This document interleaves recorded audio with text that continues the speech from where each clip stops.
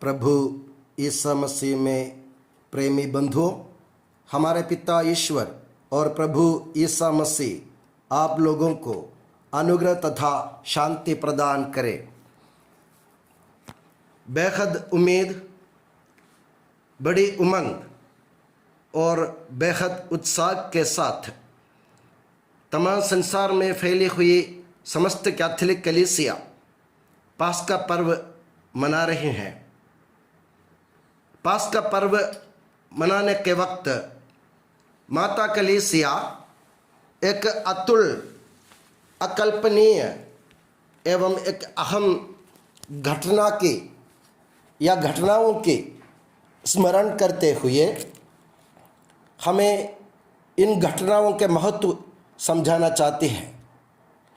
और ये घटनाएं, ये दो घटनाएं जिसका आज माता कलीसिया स्मरण कर रही हैं, वो क्या है? संत योहन के सुसमाचार के अध्याय 13 वाक्य 1 से लेकर 14 तक में इन दो घटनाओं का जिक्र किया गया है।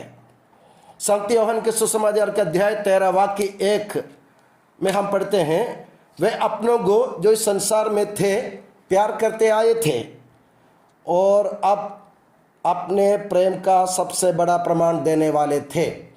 ईसा मसीह अपने पिता के पास वापस जाने से पहले अपने शिष्यों के साथ एक नया संबंध स्थापित करने के लिए दो महान घटनाओं को अंजाम दिया।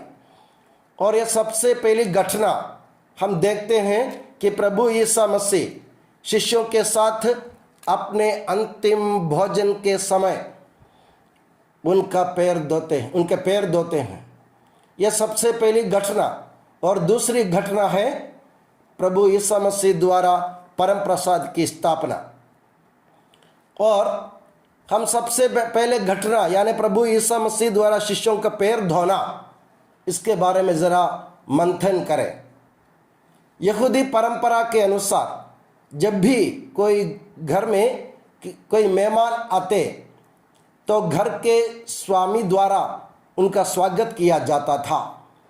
उनके मेहमान के स्वागत में सबसे पहले मेहमान का पैर धोते हुए उनको अपने घर में स्वीकार किया जाता था। और देखने की बात यह है कि मेहमान का पैर धोना कोई उस घर के गुलाम का काम था। और पैर धोने से उस मेहमान का संबंध उस घर से ऐसा जुड़ जाता था मानो कि वो घर का ही सदस्य है। और आज हम देखते हैं कि प्रभु ईसा मसीह उस पुरानी परंपरा का पालन करते हुए अपने शिष्यों के पैर धोने आते हैं। और जब वे परात में पानी लेकर संत पेतरुस के पास पहुंचते हैं तो पेतरुस उन्हें मना करते हुए कहते हैं, प्रभु मैं अपना पैर धोने नहीं दूंगा, क्योंकि आप मेरे गुरु होते हुए आप मेरे पैर धोएंगे, ये अच्छी बात नहीं है, मैं इसको सहन नहीं कर पाऊंगा। तो प्रभु ईसा मसीह उनको एक बात की याद दिलाते हैं। प्रभु कहते हैं, अगर मैं तुम्हारा पैर नहीं धोऊंगा ना तो मेरे साथ तुम्हारा कोई संबंध नहीं रह जाएगा। मेरे प्यारे बंधुओं, ये नया संबंध या ये संबंध क्या है जिसका प्रभु ईसा मसीह जिक्र करते हैं? मेरे प्यारे बंधुओं, वो संबंध, जैसे मैंने कहा, जैसे मेहमान का पैर धोया जाता और उसका स्वागत किया जाता तो मेहमान उस घर का सदस्य बन जाता है। मेहमान नहीं माना जाता, वो घर के एक सदस्य बन जाता है। इसी प्रकार प्रभु ईसा मसीह ने अपने शिष्यों के पैर धोने से ये संकेत किया या ये उम्मीद दिलाई उन्होंने अपने शिष्यों को कि अब से तुम लोग ईश्वर के घराने के सदस्य होंगे।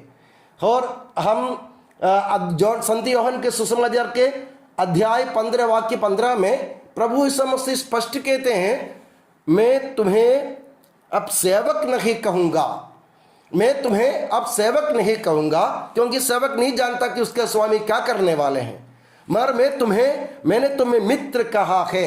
तो यह संबंध क्या है? यह संबंध सेवक और स्वामी का संबंध नहीं है, मालिक और गुलाम का संबंध नहीं है। ईश्वर और इंसान का संबंध नहीं है, सृष्टि और सृष्टिकर्ता का संबंध नहीं है, और सत्ताधारी और सत्ताधीन लोगों का संबंध नहीं है। यह संबंध है घर के मालिक या घर के मुखिया और घर के सदस्य का संबंध, दोस्त यारों का संबंध और पिता पुत्र का संबंध, और ऐसा कि ईश्वर के घराने के सदस्य बनने का संबंध। तो प्रभु यीशु मसीह स्पष्ट शब्दों में संकेत करते हैं पतरस को, अगर मैं तुम्हारे पैर नहीं धोऊंगा तो तुम सेवक ही बने रहोगे, तुम मेरे मित्र नहीं बन पाओगे, तुम ईश्वर के पुत्र नहीं बन पाओगे। यीशु मसीह कहते मैंने तुम्हें मित्र कहा। मित्र कहने का मतलब क्या है? यीशु मसीह का मित्र मतलब ईश्वर का पुत्र। तो इसलिए संत पौलुस एफेसियों के नाम पत्र में इसका विस्तार करते हुए कहते हैं ये संबंध क्या है। पैर धोने से प्रभु ने कौन सा नया संबंध बनाया हमारे बीच में, हम और ईश्वर के बीच में कौन सा संबंध बनाया? वह संबंध यह है कि एफेसियों के नाम पत्र अध्याय 2 वाक्य 19 में हम पढ़ते हैं, आप लोग अब परदेशी या प्रवासी नहीं रहे, आप लोग अब परदेशी या प्रवासी नहीं रहे, आप लोग संतों के सह नागरिक और ईश्वर के घराने के सदस्य बन गए हैं। तो मेरे प्यारे बंधुओं, यह संबंध जो प्रभु यीशु मसीह स्थापित करना चाह रहा था, वह संबंध यह है कि हम ईश्वर के घराने के सदस्य यानी ईश्वर के विरासत के भागी बन गए, हम उनके हिस्सेदार बन गए। और अपने रोमियो के नाम पत्र में और गलातियों के नाम पत्र में संत पौलुस और विस्तार से कहते हैं कि आप लोग अभी सीने तान कर ईश्वर को पिता के रूप में पुकार सकते हैं, आप सेवक नहीं हैं। अभी आप लोगों का दर्जा बदल गया, आप लोगों को पुत्र का दर्जा दिया गया, गोद लिए हुए दत्तक पुत्र का दर्जा दिया गया, आप लोगों को विरासत के अधिकारी बना दिया। और प्रभु इसलिए पतरस को सचेत करता है, मैं तुम्हारा पैर नहीं धोऊंगा तो तुम्हारा मेरे साथ कोई संबंध नहीं रहेगा। तो मेरे प्यारे मित्रों, पैर धोना गुलाम का काम था, और गुलाम का काम स्वयं अपने हाथ में लेते हुए ईश्वर सृष्टिकर्ता अपनी सृष्टि का पैर धोता है। इसका मतलब क्या है? ईश्वर स्वयं नम्रता दिखाकर, स्वयं झुककर अपनी सृष्टि के प्रति अपनी रुचि के कारण, अपने प्रेम के कारण और अपने ख्याल के कारण हम लोगों को अपना बनाया।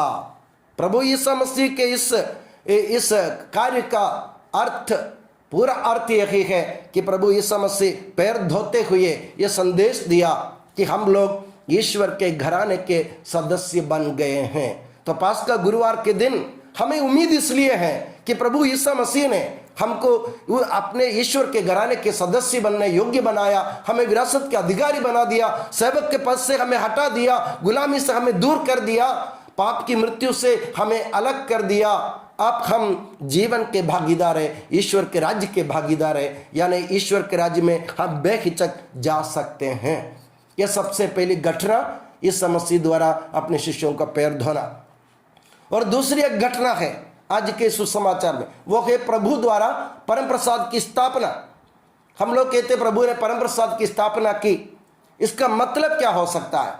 संत योहन के सुसमाचार में अध्याय 6 में रोटी का चमत्कार करने के बाद लोगों को समझाते हुए प्रभु यीशु मसीह कहते हैं, तुम्हारे पूर्वजों ने मरुभूमि में मन्ना खाया, मगर उनमें से कोई भी प्रतिज्ञा देश में प्रवेश नहीं कर पाए, सबके सब मरुभूमि में ढेर हो गए, वे अनंत जीवन के अधिकारी नहीं बन सके।